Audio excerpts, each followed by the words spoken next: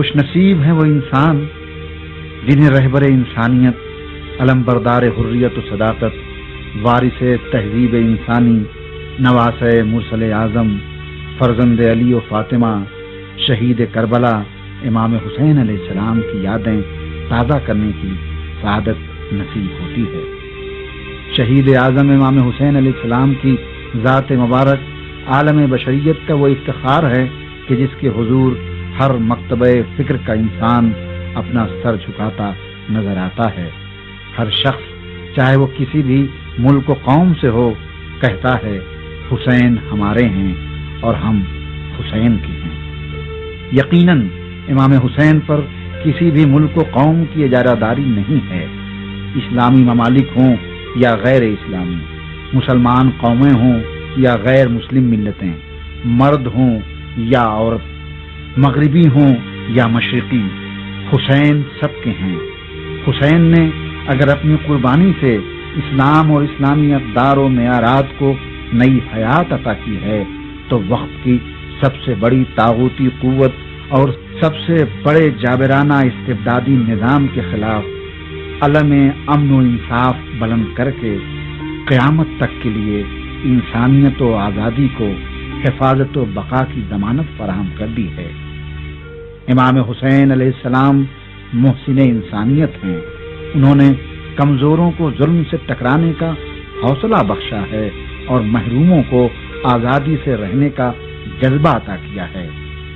جوش ملیحہ بازی کے بقول کیا صرف مسلمان کے پیارے ہیں حسین، چرخ نوع بشر کے تارے ہیں حسین، انسان کو بیدار تو ہو لینے دو، ہر قوم پکارے گی ہمارے ہیں حسین۔ عشق حسین کی آگ دلوں میں آج بھی شعلہ ور ہے۔ ماہ محرم الحرام کی آمد جہاد و سرفروشی کے جذبے پوری دنیا کے قلوب میں بیدار کر دیتی ہے۔ حسینی فرش عزا جگہ جگہ بچ جاتے ہیں کیونکہ یہ فرش عزا نہیں، حریت و آزادی کی درسگاہ ہے جہاں سے علم و عمل کی خیرات تقسیم ہوتی ہے اور اپنے ہوں یا بیگانے سبھی اس درسگاہ سے ظرف کے مطابق فیض اٹھاتے ہیں۔ ہندوستان کی عزاداری ساری دنیا میں مشہور ہے اور ہندو، مسلم، سکھ، عیسائی تمام مذاہب و ملت کے افراد کی حسین اور حسینیت میں دلچسپی کے سبب ہندوستان میں ماہ محرم الحرام کی رونقیں کچھ اور ہی نظارہ پیش کرتی ہیں۔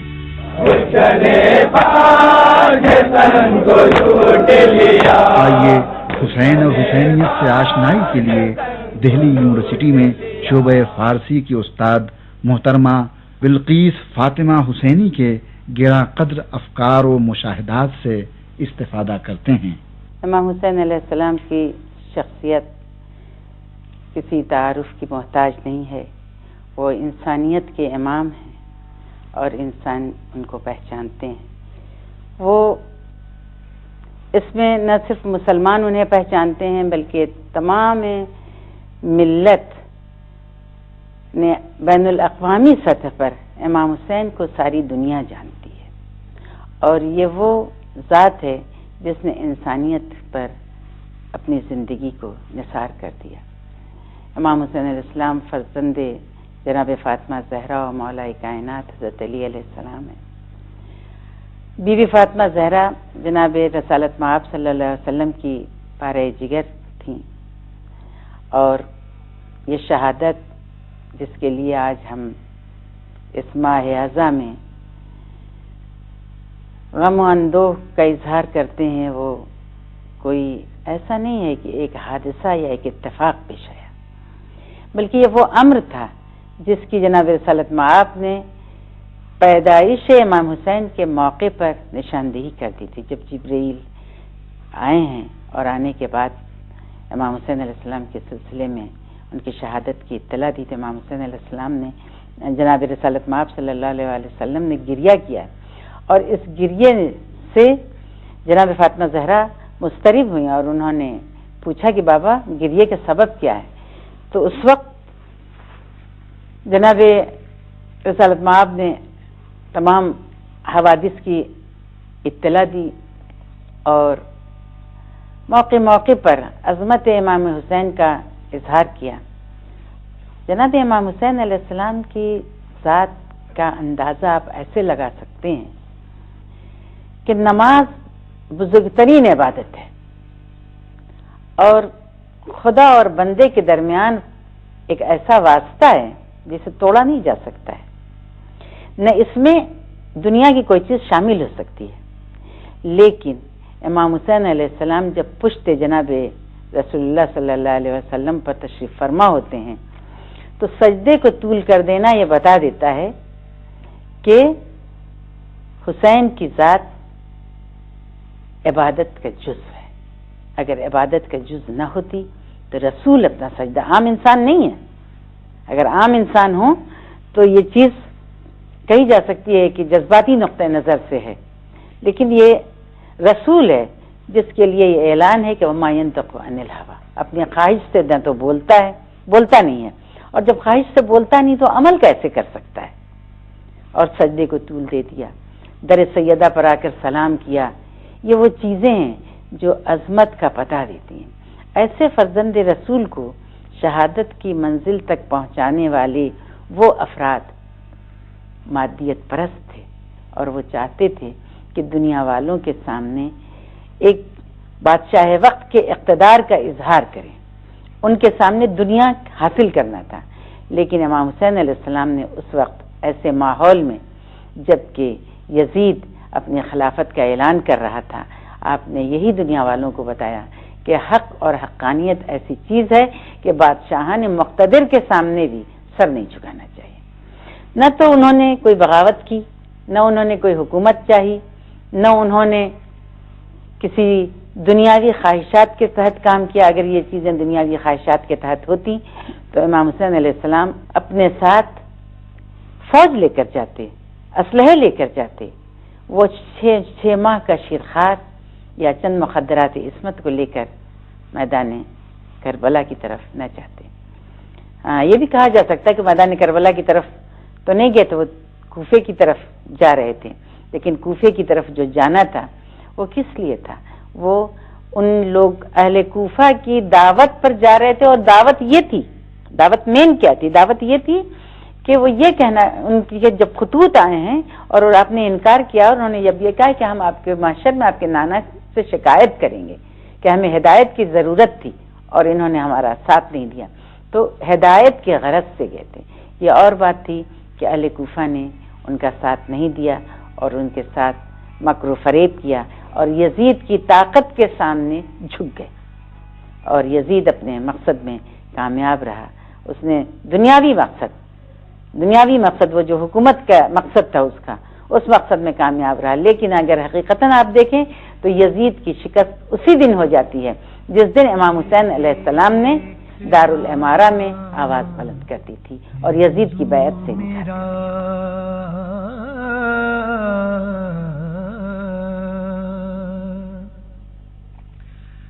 تجھے دیکھنا ہے وضو میرا، تیرا عشق میری نماز ہے، تجھے دیکھنا ہے وضو میرا، تو نبی کی پشت پہ ہو گئے تو نماز حق بھی رکی رہے، تو نبی کی پشت پہ ہو گئے تو نماز حق بھی رکی رہے، تو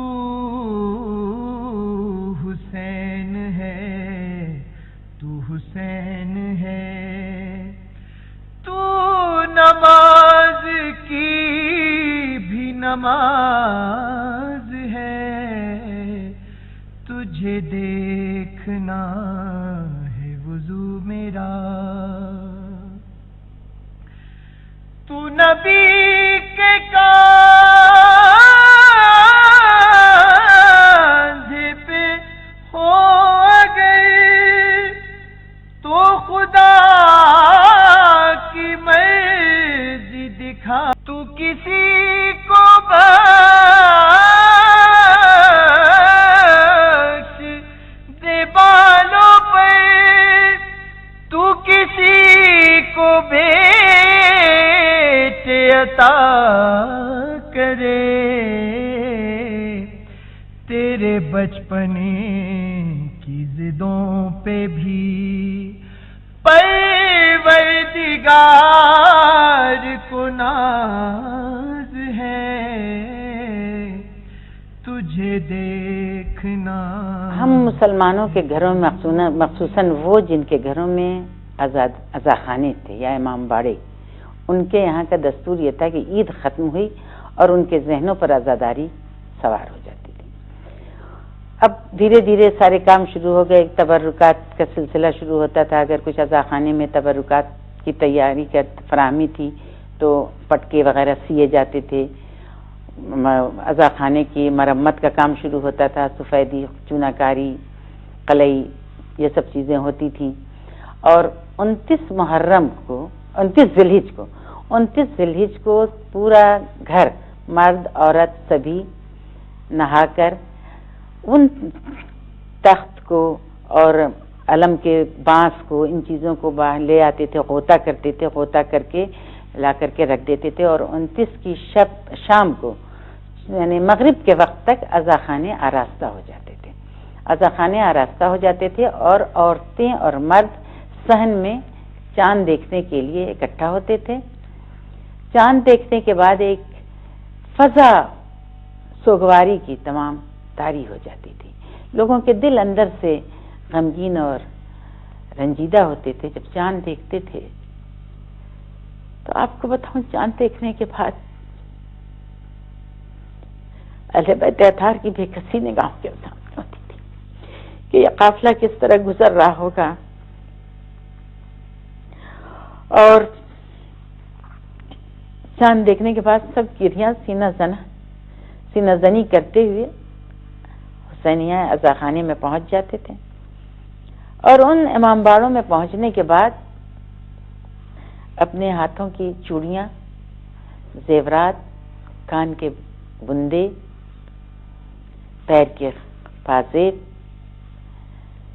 اور کانچ کی چوڑیاں، ناک کی کیلیں، یہ سب اتار دیتے تھے، چوڑیاں توڑ دیتے تھے، زیورات اتار دیتے تھے، اور شہنشین کے اوپر یہ چیزیں رکھ دی جاتی تھی۔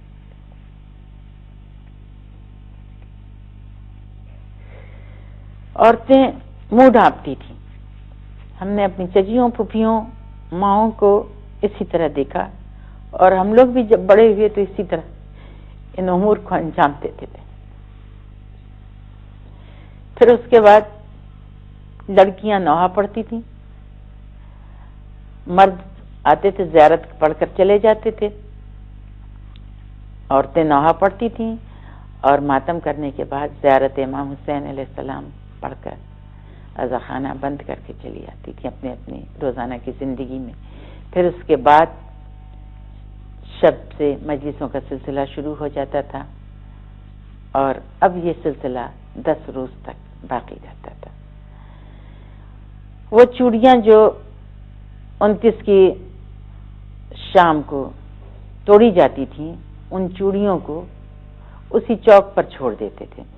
طلائی اور نقرئی زیورات جو تھے اسے واپس اپنے ساتھ لے جاتے تھے، اور لے جانے کے بعد اسے رکھ دیتے تھے۔ لیکن یہ چوڑیاں جو تھیں، جب تعزیہ جاتا تھا دفن کرنے کے لیے، تو چوڑیاں اور 7ویں محرم سے جیل اور بدی جو علامت تھی جناب امام زین العابدین علیہ السلام کی رسن بستگی کی، اور جناب زینب کی مخدرات عصمت کی رسن بستگی کی علامت تھی، وہ دھاگے کی بنی ہوئی ہوتی ہیں، انہیں جیل اور بدی بولتے ہیں۔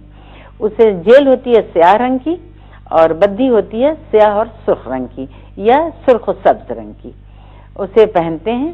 اور اس کو جب عاشور کی ظہر کو تعزیہ دفن ہوتا ہے اور وہ تمام صحرا یعنی پھول کی مالائیں جو اس پر پٹ کے پنجے پر چڑھائی جاتی تھیں، تازیوں پر چڑھائی جاتی تھیں، ذریعہ اقدس پر چڑھائی جاتی تھی، ان سارے پھولوں کو اکٹھا کرتے تھے اور نیا کپڑا جسے کفن کہتے ہیں اس میں رکھ کر کے ایک ٹرے کے اندر ان پھولوں کو رکھتے تھے، اس کو عطر اور گلاب سے معطر کر کے اس طرح لے کر کے عزاخانے سے عاشور کے دن نکلتے تھے، عصر عاشور نکلتے تھے۔ عموماً ہر گھر سے، ایک گھر سے نکلنا شروع ہوتا ہے اور پھر ہر گھر میں وہ جاتے ہیں اور ہر جگہ سے وہ صحرا اور وہ تعزیے جمع کرتے ہوئے وہاں کربلا لے جا کر کے دفن کر دیتے ہیں۔ جب یہ جاتا تھا تو ہر گھر سے جب یہ ٹرے جاتی ہے پھولوں کی تو ایسے خواتین پیچھے پیچھے سینہ زنی کرتی ہوئی جاتی تھی جیسے کہ جنازہ جا رہا اور ایک گریے کا ماحول طاری ہوتا تھا۔ اس طرح یہ محرم عاشور تک چلتا تھا اور شب بعد عاشورہ شام غریباں ہوتی تھی۔ شام غریباں تاریکی میں اور ایک ذاکر پڑھتا تھا اور باقی سب گریا کرتے تھے۔ اس کے بعد فاتحے کے دن کے بعد اپنے اپنے روزانہ کی زندگی میں لگ چلے۔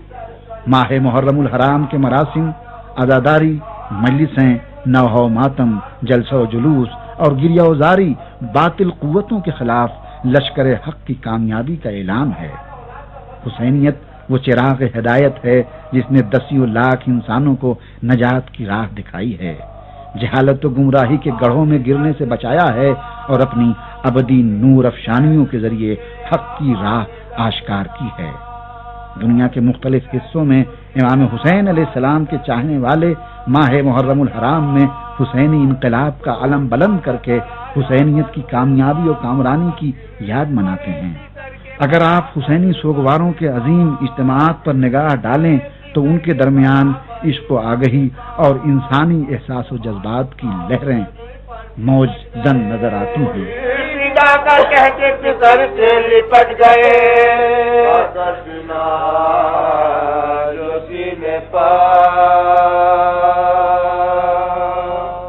امام حسین علیہ السلام کی شہادت سب کے لیے، دنیا انسانیت کے لیے ایک درس ہے۔ اس میں چند چیزیں ہمارے سامنے ایسی ہیں جنہیں ہم کبھی اوائڈ نہیں کر سکتے۔ مثال کے طور پر جناب سکینہ کا پانی مانگنا اور امام حسین علیہ السلام کا پانی نکال کر یہ کہنا کہ اگر تم آج پی لیتی ہو تو ان امت کو، نانا کی امت کو بخشوانا آسان نہیں ہے۔ اور 4 سال کی بچی نے صبر و تحمل سے 3 روز کی پیاس کو برداشت کیا، جبکہ پیاس ایک ایسی چیز ہے کہ انسان برداشت ہی نہیں کر سکتا، وہ اس پر منہ کے بل گر جاتا ہے پانی کو دیکھتے ہوئے۔ یعنی دنیا کی کوئی تاریخ میں ایسا نہیں ملتا کہ کسی پیاسے نے پانی کو دیکھا ہو اور کسی امر کے لیے وہ رک جائے، پیاس کو اپنی باقی رکھے۔ تو جناب سکینہ کا یہ جو طریقہ کار ہے یہ دنیا انسانیت کے لیے ایک بہت زبردست درس عمل ہے۔ اور دوسری چیز جناب قاسم کی شہادت ہے کہ جناب قاسم علیہ السلام نے موت کی ان تلخیوں کو جس سے ساری دنیا آج بھی تلخی کہہ رہی ہے اور اس سے بھاگتی ہے، بچنا چاہتی ہے، لیکن حق کے راستے پر انسانیت کی حفاظت کے لیے اور اسلام کی بقا کے لیے جناب قاسم علیہ السلام یہ فرماتے ہیں کہ موت جو ہے میرے لیے شہد سے زیادہ شیریں ہے۔